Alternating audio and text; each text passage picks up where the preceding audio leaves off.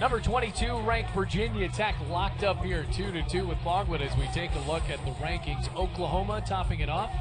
Only two teams in the ACC are ranked. Virginia Tech at 22 and Florida State at 6th. Well, the Hokies with a couple of wins in this top 25. One against Georgia, another one against James Madison. Now Caitlin Nolan leads it off against Backstrom in the bottom of the third. You would think that the Hokies will be meeting up with Florida State as well at the ACC championship. Florida State hosting the ACC championship coming up in a couple of weeks. Hokies have already sealed the top seed. 2 balls, no strikes.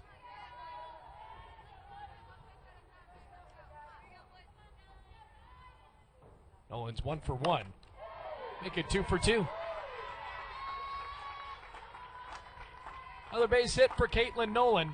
Go ahead run on base for the Hokies.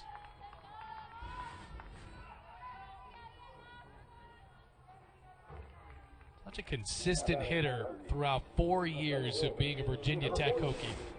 And actually looking at her numbers, compared to up and down the lineup for Virginia Tech, many hitters above 400, the rest of them, most of them, above 300. Nolan's kind of been flirting with that 300 line, but I don't think that necessarily represents the kind of hitter that she's been for Virginia Tech this season. Well, she's certainly been sharp today against Longwood, and another player that's done that is her senior counterpart here in the lineup in Emma Strouth.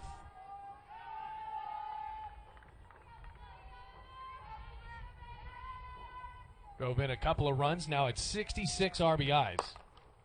Taps it high on the shortstop side and through. Carr could not play it well, and now the first 2 Hokies are aboard in the bottom of the third. So Strouth was a little bit behind that ball.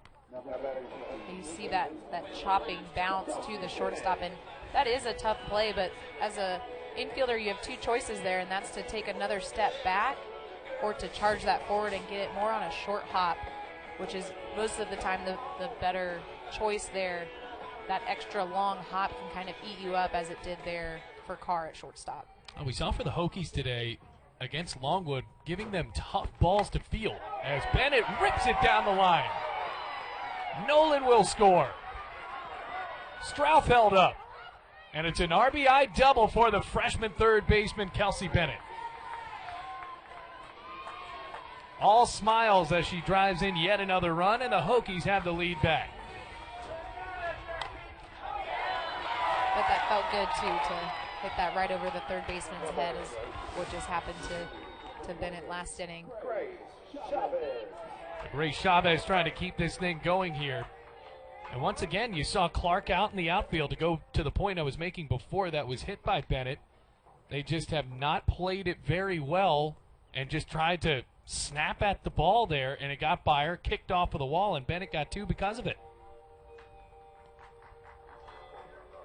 It's a good play there by senior catcher Kaylin Batten to go out and visit Backstrom and just kind of take a pause moment there while the pinch runner is coming out, but to kind of get back on the same page now that Virginia Tech has been able to string a few hits together.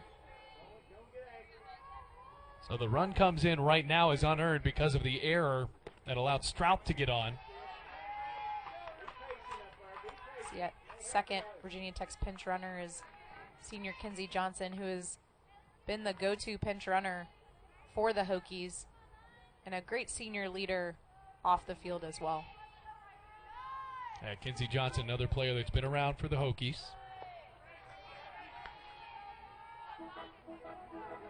See her come in these pinch running situations. Senior from Highland, Maryland. I really like about Kinsey as well is she really understands that every role on the team is important. Over to third and kicked again. Tough inning for Longwood continues, and 2 runs score because of it. Just misplayed by Powell, and Virginia Tech leads by 3.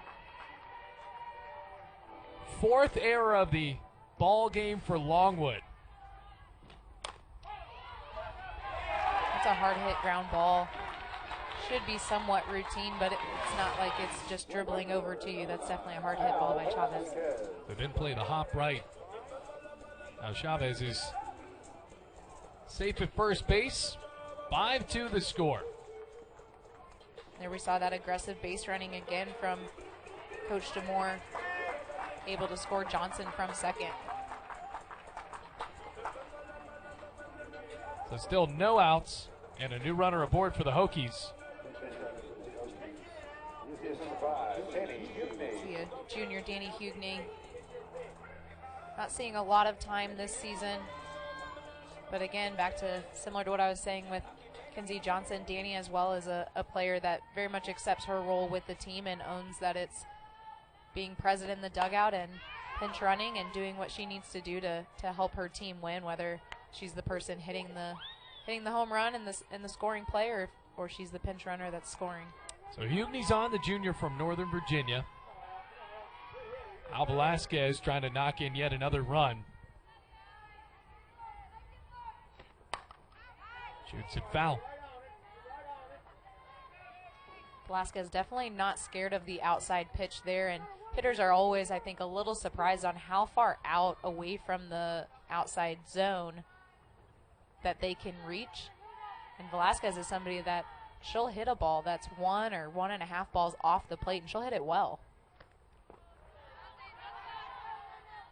Backstrom trying to push that one outside again, pushed it in the dirt. Tough one for Longwood here. We talked about the misplayed fly balls in the first game. These are actually registered as real errors, unlike those outfield mishaps we saw in the first game. So 4 errors for the Lancers. Now a 2-2 count. In game 1, the pressure was out on the outfield. Now the pressure seems to be on the infield with a couple of those misplays.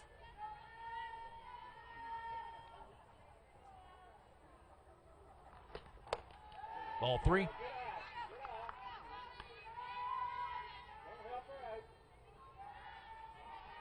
I would expect Backstrom to come back on the outside corner to Velasquez, knowing that Velasquez is a pretty aggressive and eager hitter there on the outside corner. Here's the payoff. He'll stay aboard.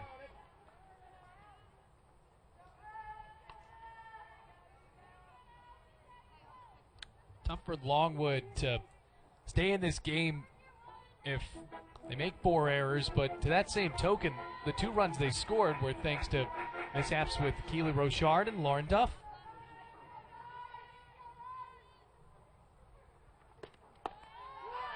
Low for ball 4.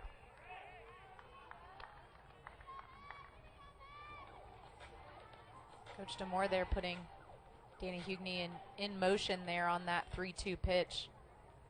Expecting something to happen, if not a walk, that Velasquez is going to put the ball in play. We were talking about this before the game, Shelby, and the fact that even though he does seem to risk some base running situations, the Hokies don't steal a lot of bases, and it seemingly seems like it's unnecessary as that one is blasted foul. When you're hitting so well, you don't need to manufacture anything. Yeah, exactly that. I think it is a little unnecessary, and you don't want to take the bat out of your players' hands at the plate, knowing that you have great hitters up and down your lineup, and not just singles, multi-base hits. I don't think that the stealing is necessarily necessary, but but what Coach DeMore does do with his base runners is putting them in motion, like we just saw with Danny Hugney, on counts or on hitters that he's pretty confident something is going to be in play. That's a good opportunity to put your runner in motion, so they have a few extra steps. Shot down the right field line, and Jacobson can't catch up to it.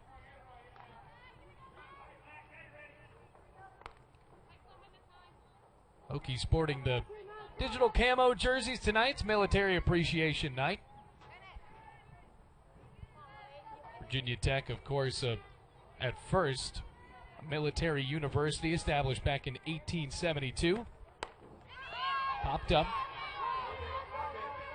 1 out. You'll see on the back of the Hokies jerseys where their last names would normally be are the different branches of the armed forces. Right, and at Virginia Tech, still a strong tradition going back to the military background. The Corps of Cadets, very big here. There's Pete Demore with the Marines on his back.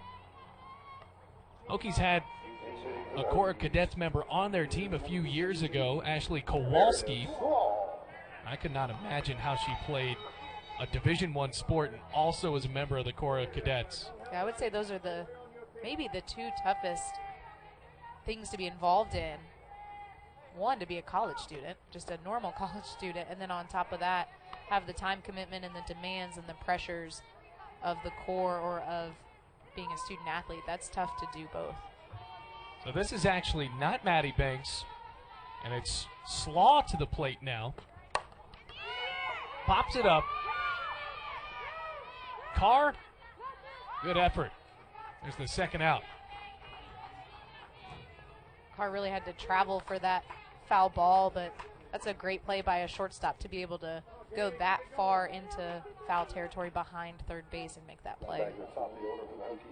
So a quick couple of pop-ups. Now back to the top of the lineup with Jamie Bailey.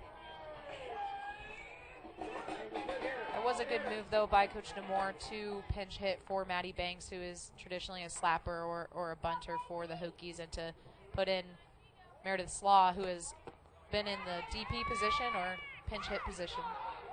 We're back down to second, and she's out. Hugney sniped at second base on a one-hop throw from Kaylin Batten. Still, the Hokies score 3 runs unearned as we head to the 4th inning. Virginia Tech leads. We take another look at this throw. Did she get her? You be the judge at home. Hokies still lead.